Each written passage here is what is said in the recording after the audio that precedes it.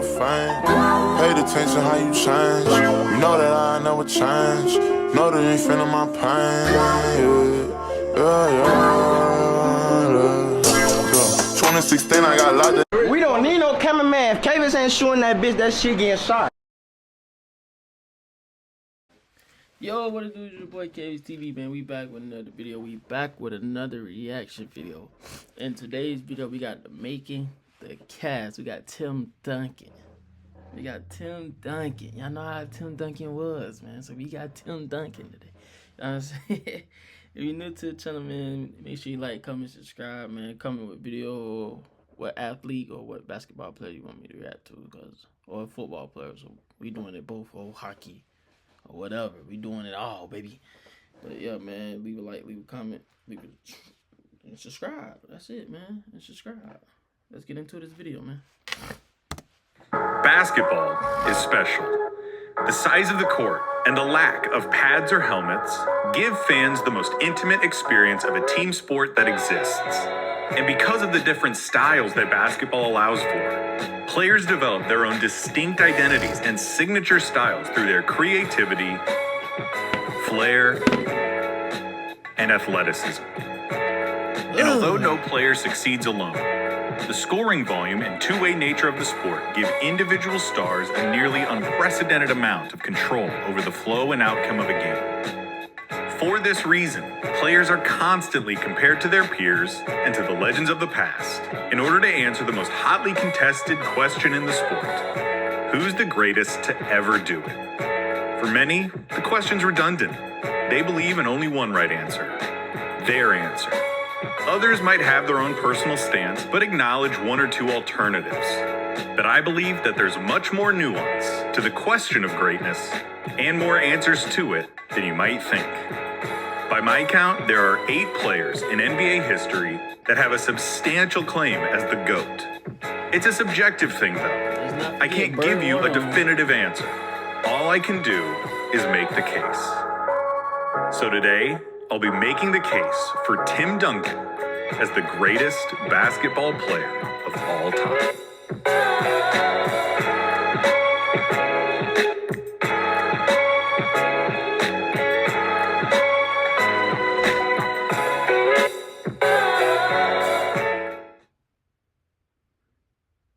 I know what you're thinking.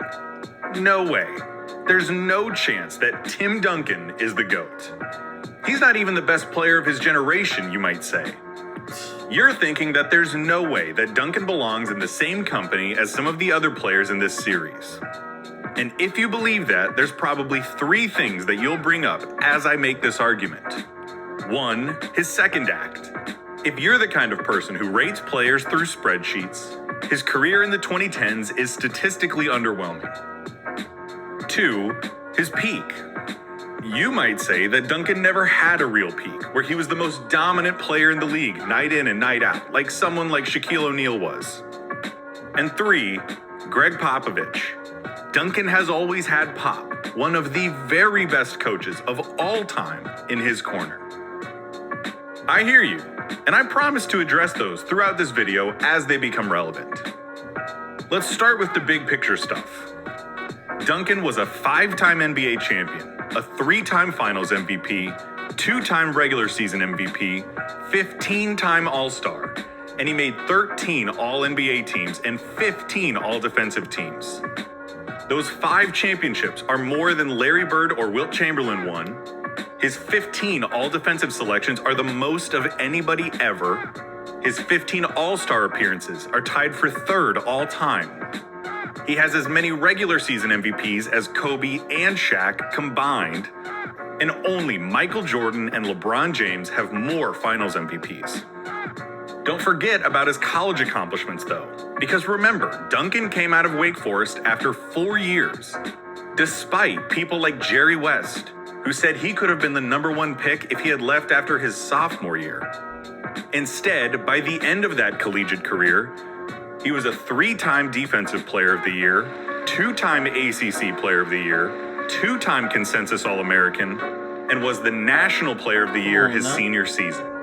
And when he heard his name called on draft night, he had left college basketball as its all-time leader in rebounds. That snapshot of a basketball career should be enough to have him at the table of any GOAT conversation. But you're not totally sold. To look at his career further, let's examine his place on some of the all-time leaderboards. Here's where he ranks all-time in the major statistical categories. There's some impressive stuff here, but for the most part, it doesn't really jump off the page at you. His career totals are substantially less impressive than other players at his position, like KG, Karl Malone, or Dirk Nowitzki. And that is because you can't judge Tim Duncan's numbers like you can with most players. Imagine, in 15 years, if someone said to you that Russell Westbrook was better than Steph Curry, citing how many points and assists and rebounds Westbrook had. You'd laugh, right? Because you know that those numbers don't tell the full story. It would be impossible and irresponsible of me to talk about these players without mentioning the raw data that exists with them. But by measuring players purely by their box scores, you're leaving out the context in which those numbers were achieved.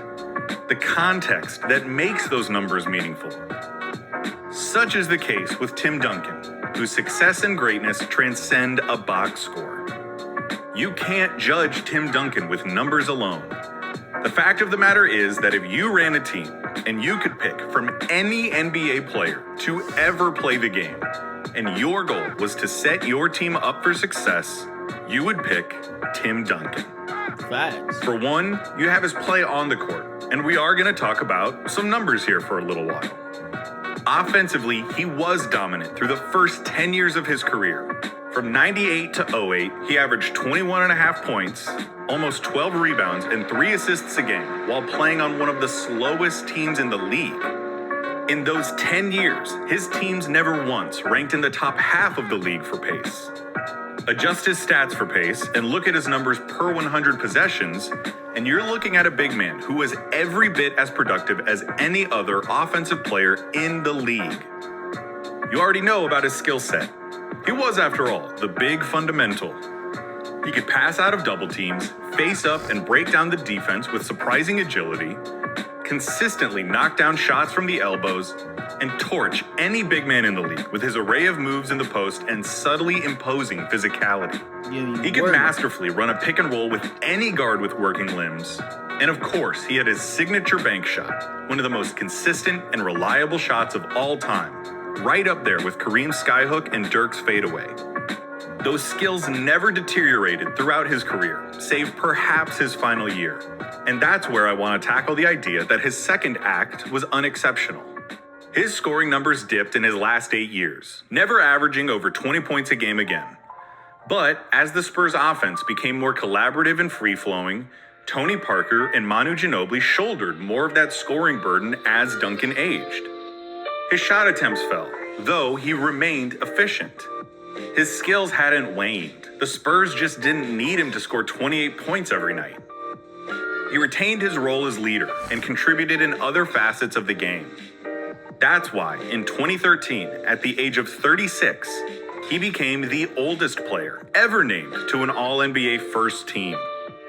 He could pick his spots, put his teammates in position to succeed, and save himself undue punishment and wear until it was needed. Duncan was never a prolific scorer, even in his prime. His game was never predicated on gaudy point totals like Malone or Dirk. With a different offense, he took fewer shots. With fewer shots, he scored fewer points. The whole time, though, he remained the whole package. He was a tremendous rebounder, the I GOAT. remember Tim Duncan was giving Chris Bosh hell in the finals, man. He was giving Bosh hell. Bosh, Braun, he was giving them boys hell, man. And he was old as hell, though. Old as heck, bro. In crunch time. And don't forget, the best defender maybe ever.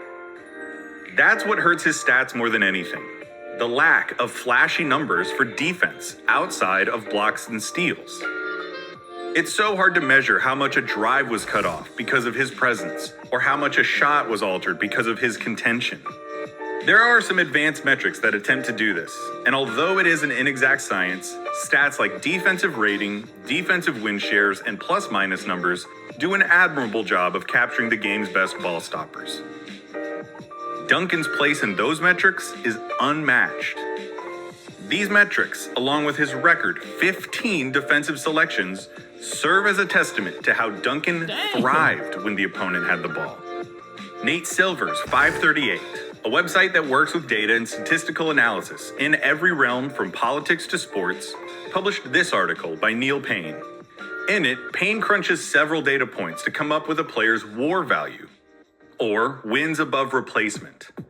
In other words, how much better were you than an average player? Payne's WAR statistic valued balance above all else, players who succeeded at both ends of the floor. Tim Duncan was the leader by a mile. What does that all mean? It means that Tim Duncan was a tremendous offensive player despite the lack of volume, and one of, if not the, greatest defenders of all time. In short, his value as a two-way player is virtually unmatched in the last 50 years of NBA basketball. So enough with the numbers.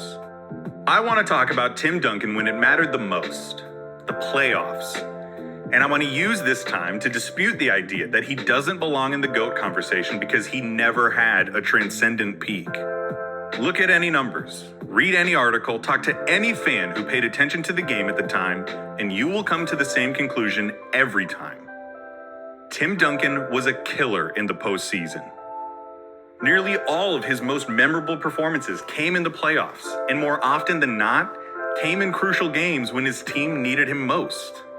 From his near quadruple double in the 2003 finals to close out the Nets and earn his second championship, to his 25-point first half against the Heat in Game 6 of the 2013 finals 10 years later, there was never a moment that was too big for Duncan. Here are some of his playoff rankings, significantly higher than his regular season stats. That's because 1, he was in the playoffs more than anyone else of his era, and 2, he's one of the best playoff performers in NBA history. His 99 championship run was phenomenal as he tore through a young Kevin Garnett, the newly assembled Kobe Shaq Lakers, Rasheed Wallace's Trailblazers, and the Patrick Ewing-less 8-seed Knicks on his way to being named the second youngest Finals MVP ever. His 0-2 campaign is incredibly underrated as he carried one of the worst teams of his career to 60 wins and outplayed Shaq before being beaten by the two-time defending champs. 0-3 was his best season, and we'll talk about it in a second.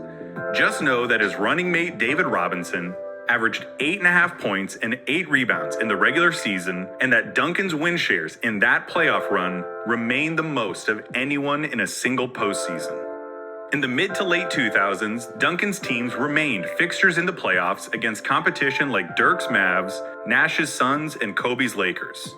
He repaid the Spurs by leading them to 2 more titles in 05 and 07. He gave us one of the great shots of his career in Game 1 of the 08 Western Conference Finals against the Suns. Like I said earlier, in Game 6 of the 2013 Finals, at age 36, playing against Wade, Bosh, and Apex LeBron on the road, Duncan put up 25 points in the first half. It would have gone down as an all-time series. I just realized how stacked the Spurs was, bro. You got Tim Duncan, Tony Parker, Ginobili, Danny Green. He had Kawhi Leonard. He didn't even talk about they bench either, bro. Oh my God. But you also got to deal with LeBron James, Chris Bosh, Dwayne Wade, who is Chalmers. It's crazy, bro. That was a good playoffs, good finals series. Performance had it not been for his three-pointer. He got his revenge in 2014 as the Spurs played the best basketball that has ever been played, setting the tone in Game 1 with a classic 21-10 while shooting 9 of 10 from the field.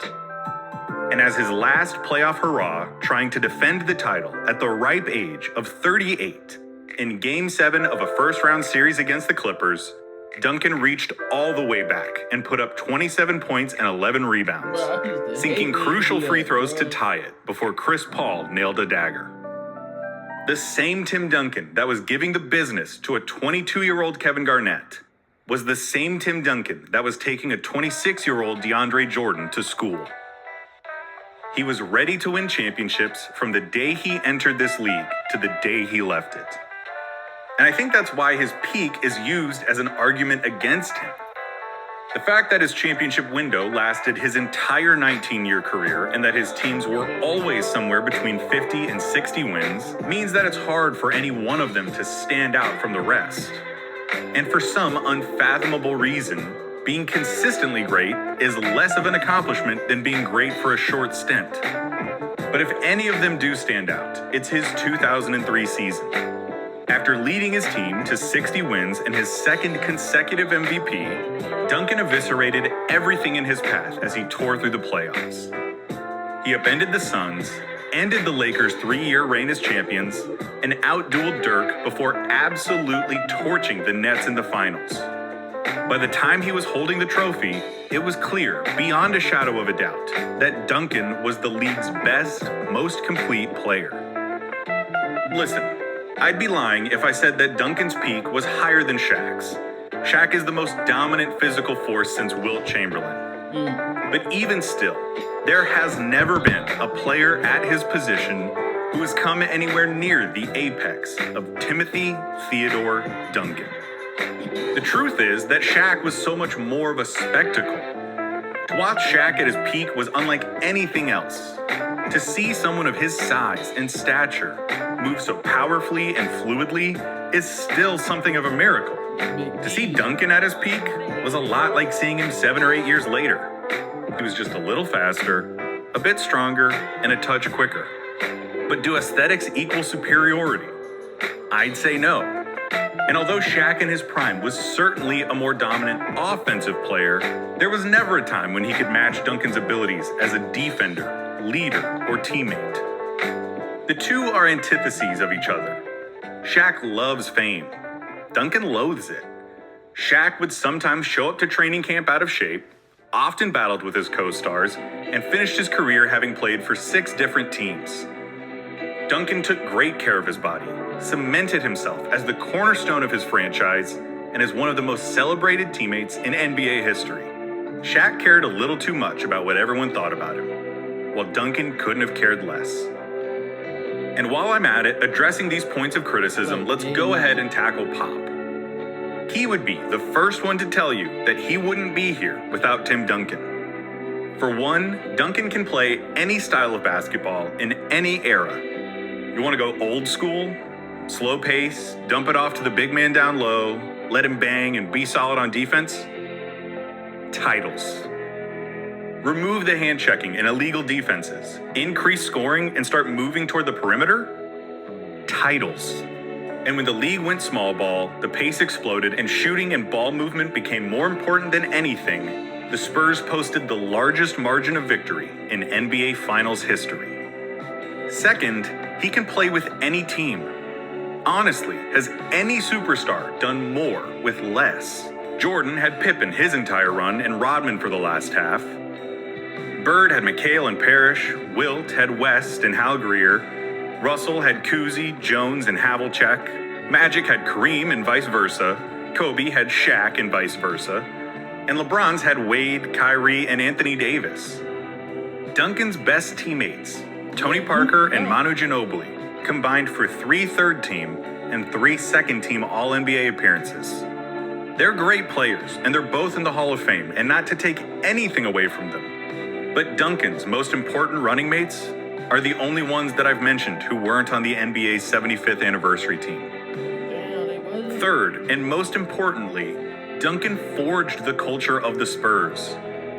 Pop was essential. Damn, I ain't know Ginobili and Tony Parker ain't make the 75th. Damn. They should, though. They Hall of Famers, though, but that's crazy. I did not know that. Acquiring players and reinforcing the culture that Tim Duncan wanted. But Duncan was truly the most vital component.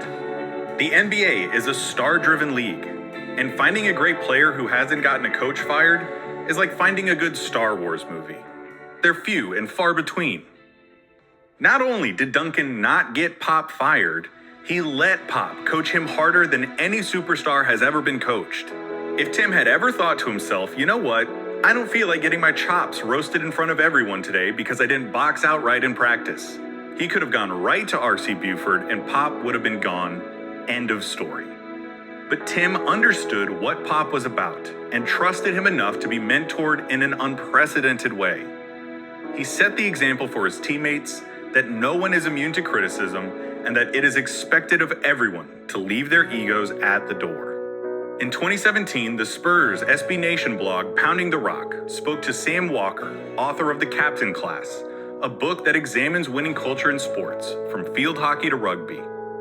In an exchange, Walker said this: "The book's main conclusion is that the only one factor that must be present in order to maintain greatness over a long period of time is the presence of a particular kind of selfless, relentless, independent-minded, publicity-averse, emotionally composed captain with strong communication skills. And that's Tim Duncan. Duncan was a pure example of the species." I love Pop, but it's a fact that Tim Duncan was the catalyst that empowered Pop to be what he is now. This isn't Belichick Brady where you can make an argument about who made who. Pop is one of the greatest coaches of all time because of Tim Duncan. If you want to take credit away from Duncan by saying that he played for the best teams, you might be right, but that's only because he made them the best team. He gave up touches, let other guys hold the torch, put everyone around him in the best position to succeed, and he enjoyed it when they did. When I said earlier that the thing that hurt Duncan's stats more than anything was a lack of defensive numbers, I lied. The thing that hurt Duncan's stats more than anything was the fact that he never gave a shit about stats or awards. He wanted his teams to succeed, and he wanted to win. That's it. He was a generational badass with an all-time skill set. The most complete player who has ever played the position of power forward. But if anything has hurt Duncan's perception as one of the very, very best players who has ever played, as a player who is criminally underrated when it comes to conversations like this, and for consideration as the greatest player who has ever played basketball, it would be that he was a mellow dude, a technically savvy big man who did what he did without fanfare, celebrations, or ostentation. It just wasn't him. And you know what? It worked wonders. For the team, for himself, and for his teammates. Just listen to the way they talk about him. I don't think there's a more beloved teammate than Tim Duncan. He was always the big brother, correcting them when they made mistakes and throwing his arms around their shoulders when things didn't go their way. He led in the most effective way possible, by example. Of all the end-of-career farewell wishes, this is the one that stuck out to me the most, from his former teammate, Brent Bones Berry. He quoted Mark Twain by saying, "To be good is noble, but to show others how to be good is nobler, and no trouble. For your brilliance, TD, I am grateful. For your skills as a player, I am in awe. And for your friendship, I am honored." Former Spurs assistant and former Bucks coach Mike Budenholzer said to ESPN's Kevin Arnovitz, "The magnitude of that, the number of people in this league who have enjoyed opportunity or found fortunate spots, you can trace it back to this one guy, to the way Timmy played ball and the way he conducted himself. The culture is Timmy." The NBA is a league of superstars and dynasties. From Russell to Jordan, from Chamberlain to LeBron. We remember its history through its champions. And in the history of North American sports, no one has been as good for as long as the Spurs. San Antonio's success is completely unprecedented in the world of basketball. Aside from his lockout-shortened sophomore season, Duncan won 50 or more games and qualified for the playoffs in every season of his 19-year career. He finished that career with a win percentage of 71%. That's 19 years of winning over 70% of the games in which you play. It is the best mark across a 19-year stretch that any basketball team has ever enjoyed. In fact, it is the best mark across a 19-year stretch that any team has enjoyed in professional North American sports history. The Spurs' run of success started in 1997, the year they drafted Tim Duncan. Since then, he has been the cornerstone, the engine of the franchise that has perpetually defined what winning culture looks like in and outside of basketball. And so I say again, if you ran a team and you could pick any NBA player from any era and your goal was to win, you would pick Tim Duncan. His abilities as a basketball player are what made him a superstar. But his consistency, willingness to be coached, love of his teammates, and his humility are the things that make Tim Duncan transcendent. I'll let Pop have the last word. Here he is after Tim Duncan announced his retirement. You know, everybody always talks about who they like to eat dinner with. You know, if you had one night, you could go to dinner or go to lunch with so-and-so, who would you like to do it with? And people say, you know, Mother Teresa and Jesus and the Dalai Lama. And, okay, I get it. And I can honestly tell you,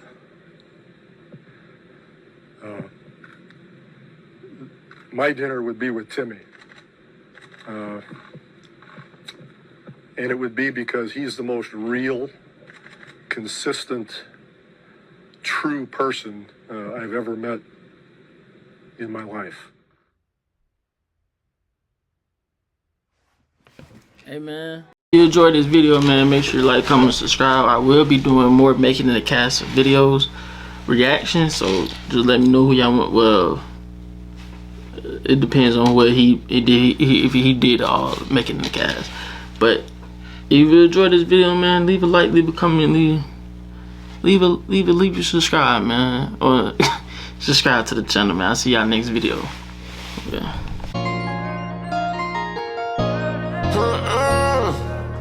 Been on the most, and out on the most. Finally got my weight up, Leaving the count, my nigga, get down.